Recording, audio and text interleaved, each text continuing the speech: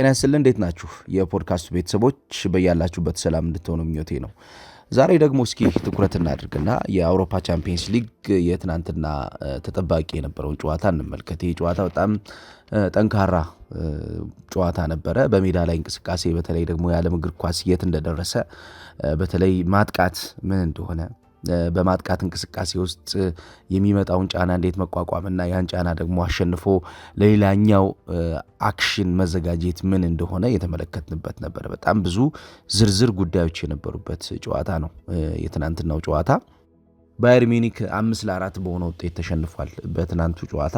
ያው የጨዋታው አጠቃላይ ሂደት የሚገለጠው በተለይ ሁለቱ ቡድኖች በመነሻ ሐሳብ የሚሄዱበትና ወደ ተጋጣሚ ሜዳ ገብተው ተጋጣሚ ሜዳ ውስጥ በመድረስ ጫና የሚያሳድሩበት እንዲሁም የራሳቸው የጨዋታ እቅድ ላይ እንዴት ተሽሎ መቅረብን ይቻላል ለሚለው ትንታኔ መስጠታቸው ነው። በተለይ በትናንቱ ጨዋታ የምንመለከተው የጨዋታውን አጠቃላይ ሁኔታ የወሰኑትን ሁኔታዎች ለማየት በመሞከር ይሆናል። በዚህ ጨዋታ ላይ ያው በሁለቱ ቡድኖች የጨዋታ እቅድ ውስጥ የነበሩት የተነሱት ሀሳቦች ምንድናቸው የሚለውን ለመመልከት እንሞክራለን። በተለይ ባየር ሚኒኮች ወደ ጨዋታው ካምባክ ያደረጉበት እንዲሁም ፒኤስጂ ጨዋታውን ለመቆጣጠር የሄዱበትን የአእምሮ እድገትም በደንብ ለማየት እንሞክራለን። በትናንትናው ጨዋታ ያው ዶሚናንት ለመሆን ሁለቱም ቡድኖች የተቻላቸውን ያክል አድርጓል፣ ጥረቶችን አድርጓል። በእንቅስቃሴ በተለይ ከራሳቸው ሜዳ የሚወጡ ጫናዎችን አሸንፈው ለመሄድ ሙከራዎች ነበሯቸው። ከራሳቸው ሜዳ የሚወጡባቸውን እንቅስቃሴዎች አስተካክለው ደግሞ በአየር ላይም በምድር ላይ እንቅስቃሴዎችም የተሻለ ለመሆን ሞክረዋል። እስኪ ኤሪያል ዱዌሎቻቸውን እንዲሁም ግራውንድ ዲዌሎቻቸውንም የሰክሰስፉል ድሪብሎቻቸው አጠቃላይ ሁኔታዎቹን ስንመለከት የጨዋታው ቁጥር ምን ይመስላል የሚለውን ለማየት እንሞክራለን። ከዛ ውጭ ግን የትናንትናው ጨዋታ አንዱ በጣም አስገራሚ የነበረው ነገር ምንድን ነው? በሁለቱ ቡድኖች በኩል የነበረው የማጥቃት ሜንታሊቲ ነው። በ9 ጎሎች ያለቀ ጨዋታ ነው ይሄ ጨዋታ።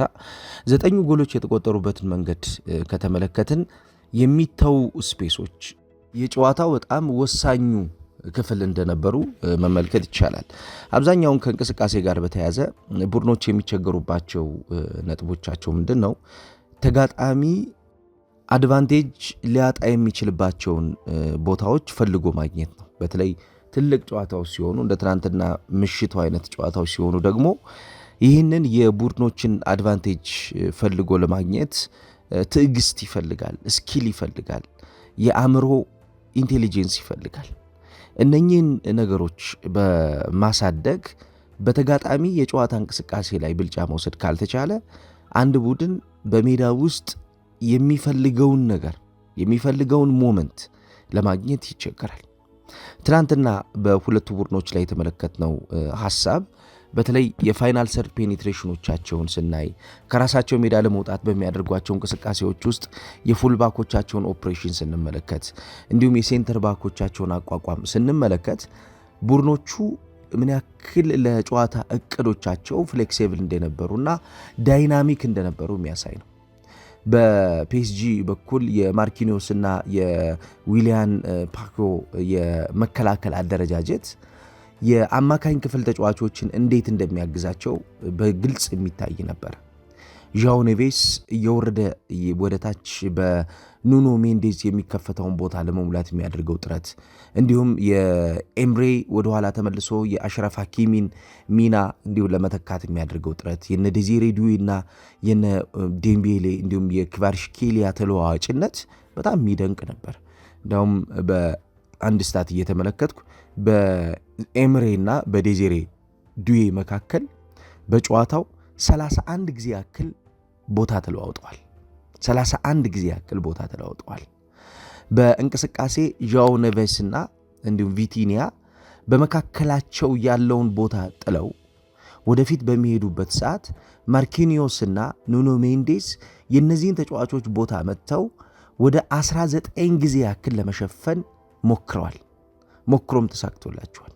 በጥረት ወደፊት በመሄድ በመንቀሳቀስ በተለይ በጨዋታው ከፍተኛ የሆነ ቁጥር የተሰጠው በጨዋታው የተሻለ የሚባል ጊዜ የነበረው ዣኦ ኔቬስ ከኳስ ጋር ያለው ምቾትና የቡድን ጓደኞቹ እንዲኖራቸው የሚፈልገው ሽግግሮቹ የጨዋታው ትልቅ ህይወት ነበር። አንድ የአማካኝ ክፍል ተጫዋች እንደ ተከላካይ እንደ አጥቂ ሆኖ ሲጫወት መመልከት በጣም የሚደነቅ ነው። የዚህ ተጫዋች ኳሊቲ ምናልባት በዚህኛው ዘመን ካየናቸው ምርጥ ሁሉን ሚና ከሚወጡ ቨርሳታይል ከሆኑ ተጫዋቾች መካከል ግንባር ቀደሙ ልናደርገው እንችላለን። ምክንያቱም የሚከብደው ነገር የለም በሜዳ ላይ። እንቅስቃሴዎቹን ከተመለከታችሁ እንቅስቃሴዎቹ በሙሉ እሱ ሊያደርግ ከሚገባው በላይ ነው የሚያደርጋቸው። በእንቅስቃሴ የቡድን ጓደኞቹን ያሉበትን አካባቢ ያሉበትን ጫና በማቅለል የተሻለ ነገር እንዲያገኙ ሁሉ በመፍቀድና ተጋጣሚ በማስገደድ የሚያደርጋቸው የሜዳ አጠቃቀሞቹ የሚደነቁ ናቸው። በጫና ውስጥ ገብቶ በተለይ በሪንግ ፕሌይ ሲቹዌሽን ውስጥ ገብቶ ከዛ ሲቹዌሽን ወጥቶ እንደገና ደግሞ ወደ ተጋጣሚ ሜዳ በመሄድ የተጋጣሚ ሜዳን እንቅስቃሴ ራሱ በመብለጥ ተጋጣሚ ምንም አስቸጋሪ ነገር እንዳይሰራ በማድረግ የተጫዋቹ ጥረት የሚደነቅ ነበር። ቪቲኒያ አብዛኛውን ጊዜ በእንቅስቃሴ ጥሩ እንዲሆን የሚያደርገው የዣኦ ኔቬስ እዚህ ቦታ ላይ ያለው አስተዋጽኦ ነው። ቪቲኒያ በዲፕ ቢልዳፕ ላይ በሚሳተፍበት ሰዓት የዲፕ ቢልዳፑ አንዱ ትልቁ ሐሳብ አንግል ነው። በዲፕ ቢልዳፕ አንግል ከሌለ የአንድ ተጫዋች ዲፕ ቢልዳፑን ለመጀመር የሚያደርገው ሽግግር ውጤታማ ሊሆን አይችልም።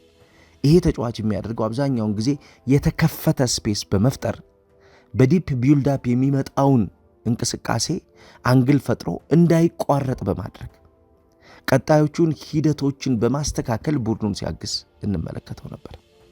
ፊት ላይ የሚገኘው የዴምቤሌ እንደፈለገው መሽከርከር፣ እንደፈለገው ተጋጣሚን ማስጨነቅ ከኋላ የተሰጠው ነፃነትና ከኋላ የተሰጠው እገዛ ነው።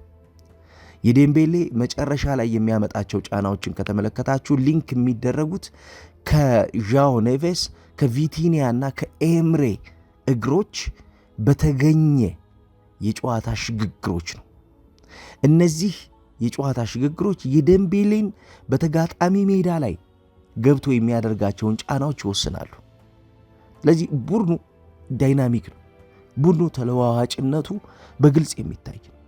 እያንዳንዱን የጨዋታ ጫና እያንዳንዱን የጨዋታ እንቅስቃሴ ለማጠናቀቅ ከሚያደርጉት ሽግግሮች አንጻር እጅግ በጣም ያደገ ቡድን እየተመለከት ነው። በትናንትናው ጨዋታ ለምሳሌ ይሄ ፓሲቭ ፓተርን የሚባል ሐሳብ አለ። በፒኤስጂ ሲተገበር የተመለከትኩት ሐሳብ አንዱ እሱ ነው።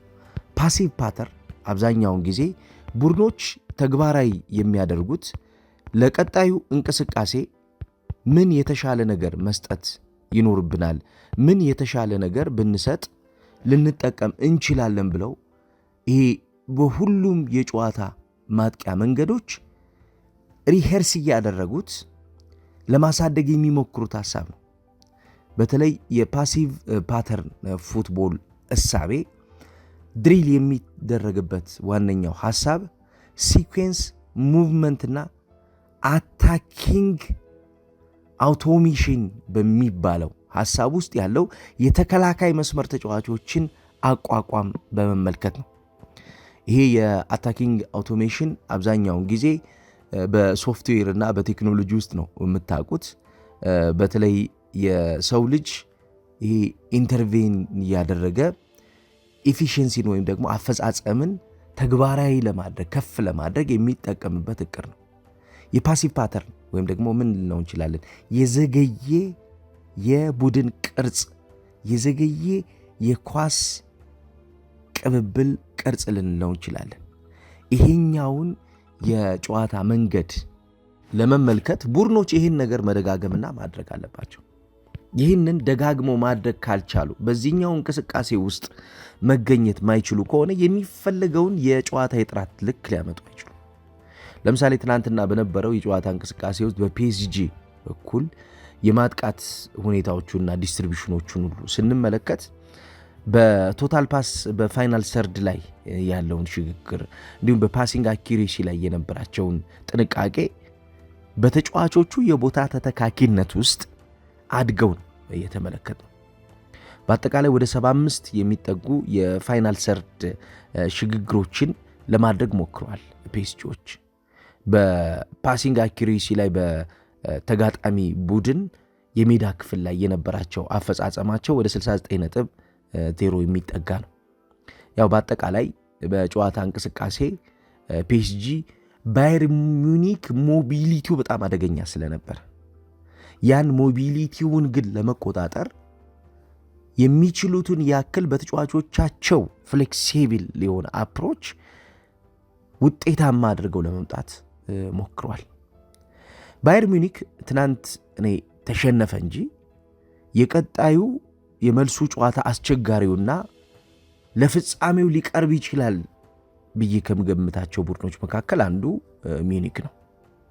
የትናንትናው የባየር ሙኒክ የጨዋታ እንቅስቃሴ የቀጣዩ የፍጻሜ ጨዋታ ደራሽ ቡድን ማን ነው ለሚለው ምላሽ የሰጠ ይመስለኛል። ያው በቪንሴንት ኮምፓኒ ቡድን ውስጥ የሚተገብረው የጨዋታ እቅድ አለ። ቪንሴንት ኮምፓኒ አብዛኛውን ከጨዋታ እቅዶቹ ጋር በተያያዘ የሃይ ሪስክ እና ሃይ ሪዋርድ የሚመርጥ አሰልጣኝ ነው። የሃይ ሪስክ እና ሃይ ሪዋርድ የሚመርጠው አሰልጣኝ አብዛኛውን ጊዜ ከተጫዋቾቹ የጨዋታ ታክቲክና ፍላጎት ጋር አብረው የሚሄዱ ነገሮችን ደጋግሞ ይሰራል።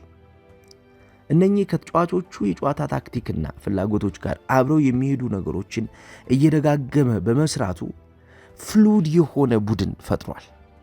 ለዚህኛው ዘመን አንዱ ትልቁ ነገር ምንድነው? ቡድኖች ፍሉድ የሆነ ወይም ደግሞ የሚንቀሳቀስ ቡድን መፍጠራቸው።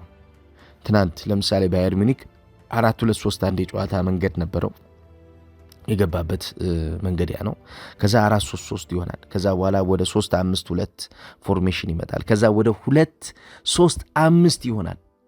በተለይ የመጨረሻውን የሜዳ ክፍል በሚያጠቁበት ሰዓት፣ የመጨረሻውን የሜዳ ክፍል ጥራት በሚጨምሩበት ሰዓት ወደ 2-3-5 የጨዋታ ፎርሜሽን በመሄድ ይሄኛውን የጨዋታ ሂደት ተጋጣሚ ሰርስሮ በመግባት ወይም ደግሞ ተጋጣሚ የሚፈጥራቸውን ክፍተቶች በመጠቀም ተጋጣሚ ዘግቶ የቆየባቸውን ቦታዎች በትዕግስት በማስከፈት በአየር ላይ ወይንም ደግሞ በምድር በሚኖሩ ንክኪዎች የተሻለውን ቡድን መፍጠር። በዚህ ውስጥ የባየር ሙኒክ ትልቁ ሚና ፈጣሪዎች የኢንቨርትድ ፉልባኮቹ አስተዋጽኦ ነበር። ቪንሴንት ኮምፓኒ አብዛኛውን ጊዜ እነኚህን ተጫዋቾች እንደ ዊንገር ነው የሚጠቀምባቸው። ከመስመር በማጥቃት እንቅስቃሴ ውስጥ እየመጡ ማጥቃቱን እያገዙ እንዲጫወቱ ያደርጋል። ለምሳሌ የዴቪስንና የስታንሲችን ሚና ብንመለከት የነኚህ ተጫዋቾች አስተዋጽኦ የሚሆነው ወደ አማካኙ ክፍል በመግባት የነ ሉዊስ ዲያዝን የነ ሙሲያላንና የነ ሚሼል ኦሊሴን እንቅስቃሴ በተጋጣሚ ቡድን ሜዳ ላይ ውጤታማ ሆኖ እንዲቆይ ማድረግ ነው እቅዳቸው። በመቆየትና በመፍጠር መካከል ሰፊ ልዩነት አለ። መፍጠር ትችላለህ፣ በሁኔታዎቹ መፍጠር ትችላለህ። ነገር ግን የፈጠርከውን ነገር ማቆየት ግን አስቸጋሪ ነው። አሁን በባየር ሙኒክ ውስጥ እያደረጉት የነበረው የትናንትናው እንቅስቃሴ ነው። ይህንን እንቅስቃሴ ከፈጠሩት በኋላ ለማቆየት የነበራቸው አጠቃላይ ሽግግር ለማቆየት የነበራቸው ጥረት በተጫዋቾቹ ሁለንተናዊ እገዛ የነበረው የነ ፓቭሎቪች እና የነ ኪሚች ሚና በዊንገሮቹ ሲታገዝ የፓቭሎቪች እና የኪሚች የማጥቃት እንቅስቃሴ ወይም ደግሞ ቡድኑን ዶሚኔት እንዲያደርግ የሚሞክሩበት ሐሳብ በሉዊስ ዲያዝ እና በሚሼል ኦሊሴ አማካኝነት ራሱን የቻለ ሌላ ድጋፍ ያገኛል።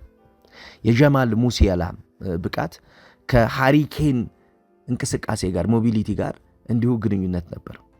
ያው የሃሪኬን እንቅስቃሴ አብዛኛውን ጊዜ ቀጥተኛ እንቅስቃሴ ከመሆኑ ጋር በተያያዘ ጎሎችን በፍጥነት ከማስቆጠር ጋር ተጋጣሚ የሚፈጥራቸውን በተለይ የተጋጣሚ የተከላካይ መስመር ተጫዋቾች ጎሎች እንዲያስተናግዱ ማስገደድ ስለሆነ ስራው ከኋላው ክሪኤቲቭ የሆነ የ10 ቁጥር ሚና ያለው አብሮ ማጥቃቱን የሚያግዝ ተጫዋች ይፈልግ ነበርና ይሄ ክሪኤቲቭ የሆነ የ10 ቁጥር ሚና ያለው ጎሎችን የሚያስቆጥር በሽግግሮች የተሻለ የጨዋታ እድገቶችን የሚያመጣ ተጫዋች ሆኖ የነበረው ትናንትና ሙሲያላ ነው። የሙሲያላ እንቅስቃሴ አንዱ ትልቁ ኳሊቲ ምንድነው? በቀኝና በግራ በሚኖሩ ሽግግሮች ውስጥ ሌሎች ተጫዋቾችን ድራግ አድርጎ በማምጣት እነኚህ ተጫዋቾች ለተጋጣሚ አስቸጋሪ የሚባለውን አንግሎች እንዲያዘጋጁና ሽግግሮች ውስጥ እንዲገኙ ይፈቅዳል። ይሄ የባየር ሙኒክ የትናንትናው የሞቢሊቲ እቅድ አስቸጋሪ የሆነ የጨዋታ ምሽት ፒኤስጂ ብልጫም ኖሮት ማለት ነው። በቁጥር ብልጫዎችን፣ በእንቅስቃሴ ብልጫዎችን በተለይም ደግሞ ወደ ተጋጣሚ ሜዳ ሄዶ በማጥቃት እንቅስቃሴ በነበረው ሽግግር ካየነው ፒኤስጂ በጣም ጥሩ ነበር። ቶሎ ቶሎ ይሄዳል፣ ማጥቃቱን ይመራል። ቶሎ ቶሎ ይሄዳል፣ ማጥቃቱን ይመራል። ማጥቃቱን ከመሩ በኋላ ደግሞ እንደገና ጆይን የሚያደርጉ ተጫዋቾች እንዲሳተፉ ያደርጋሉ። ይህንን በሚያደርጉባቸው እንቅስቃሴዎች ውስጥ ግን የባየር ሙኒክ ካውንተርም እንዲሁ አደገኛ ነበር። በጣም ፈጣን የሚባሉ ሽግግሮችን እያደረጉ ወደ መጨረሻው የሜዳ ሽግግሮች የሚገቡባቸው ጥራቶቻቸው የሚያስደንቁ ነበሩ። በተለይ የመጨረሻው የሜዳ ክፍል ላይ የሚያዙ ይሄ ቁጥጥር ውስጥ የሚገቡ ኳሶች የባየር ሙኒክን የማጥቃት እንቅስቃሴ የወሰኑ እነሱ ናቸው። በፍጥነት ባየር ሙኒኮች ወደ ተጋጣሚ ሜዳ ወደ ፒኤስጂ ሜዳ ከገቡ በኋላ የመቆም ስራዎችን ይሰራሉ። አብዛኛውን በጨዋታ እቅድ በቪንሴንት ኮምፓኒ ከጥድፊያ ውጭ በተለይ እንቅስቃሴው እንዲሆን የሚፈልገው ምንድነው? ቆሞ ሁኔታዎችን መመልከት፣ ዋይድ ዊንገሮችን አሳታፊ ማድረግ፣ ዋይድ ዊንገሮች ከተሳተፉ በኋላ በሚመጣው ጫና ውስጥ ደግሞ ኮሌክቲቭ የሆነ የማጥቃት እንቅስቃሴ እንዲኖር መፍቀድ። ለምሳሌ የዋይድ ዊንገሮቹ ፕራዮሪታይዝ የሚያደርጓቸው ሐሳቦች የስትሬች ሙቭመንቶች ይገኙበታል። ሜዳውን በመለጠጥ የሚድፊልደሮችና የፉልባክ ሰፖርተሮችን ያዘጋጃሉ፣ ያመጣሉ። ይህንን በሚያዘጋጁበት ሰዓት በሚያመጡበት ሰዓት ትልቁ የነሱ ስራ የሚሆነው ምንድን ነው? በተጋጣሚ ቡድን እንቅስቃሴ ውስጥ የተፈጠረውን ክፍተት እንዴት ደጋግመን ማግኘት እንችላለን የሚለው ላይ ነው የሚሰሩት። አሁን የትናንትናው ጨዋታ እጅግ በጣም አዝናኝ ከሆነባቸው ምክንያቶች ውስጥ አንዱ ምንድን ነው? የተጋጣሚን የመጨረሻውን የሜዳ ክፍልና የአማካኝ ክፍል ኤክስፕሎይት የሚደረጉ ስፔሶችን ቆመው የሚያዩና እነዛን ሜዳዎች የቡድን ጓደኞቻቸው ሌት ካመሮቹ ዘግይተው ማጥቃቱን ጆይን የሚያደርጉ ተጫዋቾች እንዲያጠቁ እድል የሚፈቅዱ ተጫዋቾች ስለነበሩ በማጥቃት እንቅስቃሴ አብዛኛውን ጊዜ ቡድኖች ወደ ተጋጣሚ ሜዳ መግባታቸው አይደለም ወሳኙ ነገር። ወደ ተጋጣሚ ሜዳ ከገቡ በኋላ ግን የሚደረጉ መሰረታዊ የሆኑ የጨዋታ የማጥቂያ ፓተርን ሐሳቦች አሉ። ከነዚህ ውስጥ የሚመጡትን ጠብቆ የሚከፈቱትን ስፔሶች እንዲያጠቁ መፍቀር ነው። ይህን ቪንሴንት ኮምፓኒ ከጨዋታውን በኋላ ተናግሮታል። የተጋጣሚ እንቅስቃሴ ክፍተቶችን በቀላሉ የሚሰጠን አልነበረም። ነገር ግን የኔ ልጆች እነዚህን ክፍተቶች ለማግኘት የነበራቸው ትዕግስት ግን እማደንቀው ነው። በዚህ ትዕግስት ውስጥ ሆነው ነው እነዛን ክፍተቶች አግኝተው የተሻለ ጨዋታውን ብንሸነፍም ዶሚኔት ለማድረግ የሞከር ነው። ለመልሱ ጨዋታ ጥሩ የሆነ ነገር ይዘን ነው የምንመለሰው የሚል አስተያየት ተሰጥቷል። በእርግጥም ለመልሱ ጨዋታ ከተመለከታችሁት ፒኤስጂ ጥሩ ተጫውቷል። ጥሩ የሆኑ የጨዋታ ሞመንቶች ነበሩ። 5-2 ሁሉ መምራት የቻለባቸው ሁኔታዎች ነበሩ። ነገር ግን ከዛ ከ5-2 እንቅስቃሴ የወጡበትና ከ5-2 እንቅስቃሴ እንደገና ራሳቸውን አስተካክለው ለአደገኛው የመልሶ ወደ ጨዋታ መምጣት ሁኔታ የተዘጋጁበት መንገድ ለፒኤስጂ የመልሱን ጨዋታ አስቸጋሪ ያደርገዋል። ባየር ሙኒክ በጨዋታ እንቅስቃሴ ውስጥ አንዱ ትልቁ ኳሊቲ የነበረው ምንድን ነው? ጨዋታው ከሚፈልገው እንቅስቃሴ ጀርባ ያሉትን ሁኔታዎች የሚረዱ ጌም ማኔጅ የሚያደርጉ ተጫዋቾች ነበሩት። ከነዚህ ውስጥ ሚሼል ኦሊሴ አንዱ። ሚሼል ኦሊሴ እያንዳንዷ የጨዋታ ሁኔታዎች ውስጥ ምን አስፈላጊ እንደሆነ፣ ምን በጨዋታው እንቅስቃሴ ውስጥ እንደጎደለው፣ የትኛው ተጫዋች በዚህኛው እንቅስቃሴ ውስጥ ገኖ ሊወጣ ይችላል ብሎ ያን ቀድሞ በማዘጋጀት ተጋጣሚን ሲረብሽ እንደነበረ ተመልክተናል። የሉዊስ ዲያዝ ጎልን ከተመለከትን ከጀርባ የባየር ሙኒክን እርጋታ መመልከት እንችላለን። ከዛ ውጭ ፊት መስመር ላይ ሃሪ ኬን አንድ ጎል ነው ያስቆጠረው። ነገር ግን የሃሪ ኬን የጨዋታ ሽግግሮችና ድግግሞችን ከተመለከትን በመልሱ ጨዋታ ላይ ይሄንን ፓተርን የሚደጋግመው ከሆነ ይሄንን እንቅስቃሴ በተለይ የሚመጡትን ተጫዋቾች ለሱ ምቹ የሆኑ ነገሮችን የሚያዘጋጁበትን እድል ከፍ እያደረጉ እንዲመጡ የሚያደርግበትን ነፃ የጨዋታ ቀጠና የሚያዘጋጅላቸው ከሆነ በዛ ነፃ የጨዋታ ቀጠና ውስጥ ቀጣይ እንቅስቃሴን መፍጠር ስለሚችል ቀጣይ የእንቅስቃሴ እድገት ማምጣት ስለሚችል በእርግጠኝነት የመልሱ ጨዋታ ለፒኤስጂ አስቸጋሪ እንደሚሆን የመጀመሪያው ጨዋታ ነግሮናል። በአማካኝ ክፍል ላይ የፓቭሎቪች እና የኪሚች ጥምረት በጣም የሚደነቅ ነው። በተለይ ይሄ ፓቭሎቪች የሚባል ተጫዋች ከኳስ ጋር ያለው ሁኔታ በጣም ይደነቃል።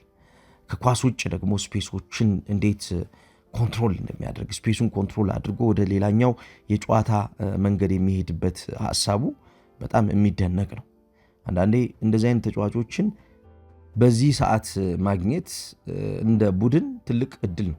ምክንያቱም ተጫዋቹ የሚፈጥራቸው ነገሮች ቀላል የሚባሉ ስላልሆኑ ማለት ነው። አብዛኛውን ከሽግግሮቹ ጋር በተያያዘ አብዛኛውን ከጨዋታ እቅዶቹ ጋር በተያያዙ ያሉት ነገሮች በሙሉ በጣም ከፍተኛ ያደገ ምናልባትም የአማካኝ ክፍል ዶሚናንሲን በቀጣዮቹ ዓመታት ለባየር ሙኒክ በትልቁ ሊሰጥ የሚችል ተጫዋች እንደሆነ የተመለከትንበት ጨዋታ ነበረ። የአሌክሳንደር ፓቭሎቪች አንድ የገረመኝ ነገር ምንድን ነው? መከላከልን እንዴት ተጋጣሚ ቡድን ሜዳ ላይና ራስ ሜዳ ላይ ይቻላል ለሚለው ኢነርጂውን ከተመለከትን ባየር ሙኒክ ትናንትና በነበረው የጨዋታ እንቅስቃሴ ከ5 በላይ ጎሎች እንዳይቆጠርበት ያደረገውም ተጫዋች ይሄ ነው። ምክንያቱም የነሱ ሙቭመንት በጣም አስቸጋሪ ነው። የፒኤስጂ ሙቭመንት ቶሎ ወደ ተጋጣሚ ሜዳ ይገባሉ፣ ቶሎ ሄደው ማጥቃትን ይፈጽማሉ። ቶሎ ሄደው ማጥቃትን በሚፈጽሙባቸው ሽግግሮች ውስጥ ግን የዚህ ተጫዋች እዛ ቦታ ላይ ሆኖ ነገሮችን ኮንትሮል ማድረግ ያን ኮንትሮል ያደረገውን ነገር ደግሞ እንደገና ተቆጣጥሮ ለራሱ አድቫንቴጅ መልሶ የሚያመጣበት እውቀቱ በጣም የሚደነቅ ነው። ይሄ ስላይድ ታክሎቹ በጣም ይገርማሉ። እንደገና 2 እና 3 ተጫዋቾች አንግል ይዘው ኳስ ይዞ ለመሻገር በሚሞክርበት ሰዓት የሚከለክሉበትን እንቅስቃሴ እንዴት ሰብሮ እንደሚሄድ 1-2 ንክኪዎችን አድርጎ እንደገና ወደ ኋላ ፈግፍጎ ደግሞ ኳስ ተቀብሎ ወደፊት የሚሄድበት ሁኔታዎች በጣም ይደንቃሉ። በቃ አንዳንዴ እንደዚህ አይነት ተጫዋቾች በዚህኛው ዘመን ስንመለከት እግር ኳስን ይበልጥ እንድንወደው ያደርገናል። አሁን በፒኤስጂ በኩል ኔቬስን ስናይ፣ ቪቲኒያን ስናይ፣ በባየር ሙኒክ በኩል ደግሞ አሌክሳንደር ፓቭሎቪችን ስንመለከት፣ ሙሲያላን፣ ኦሊሴን ስንመለከት ምን አይነት ፒውር ማጥቃት ነው። በቃ ጨዋታው ህይወት ያለው ጨዋታ የመልሱን ጨዋታ ይበልጥ እንድንጠብቀው የሚያደርገን ጨዋታ ይሆናል እና የመልስ ጨዋታ በጣም የሚጠበቅ ጨዋታ ነው። በሁለቱ ቡድኖች በኩል የነበረው የጨዋታ አፈጻጸማቸው አተገባበራቸው ግን የሚደነቅ ነበር ማለት ይቻላል። ሁለቱም አሰልጣኞች ያው በፖዚሽናል ፕሌይ ውስጥ ያላቸው እውቀት ግልጽ ነው፣ ይታወቃል። ጨዋታን ለማሸነፍ የራሳቸው የጨዋታ ስትራቴጂ አላቸው። ይህንን አሳድገው የተሻለ ቡድን ለመገንባት ሞክረው አሳይተውናል። የመልሱን ጨዋታም እንድንጠብቀው የሚያደርገን ለዛ ነው። እናንተ እንዴት አያችሁት? እስኪ ሀሳብ አስተያየት ስጡበት። ጨዋታው እንዴት እንደነበረ ተሳትፎ። ጥሩ ቀን ይሁንላችሁ።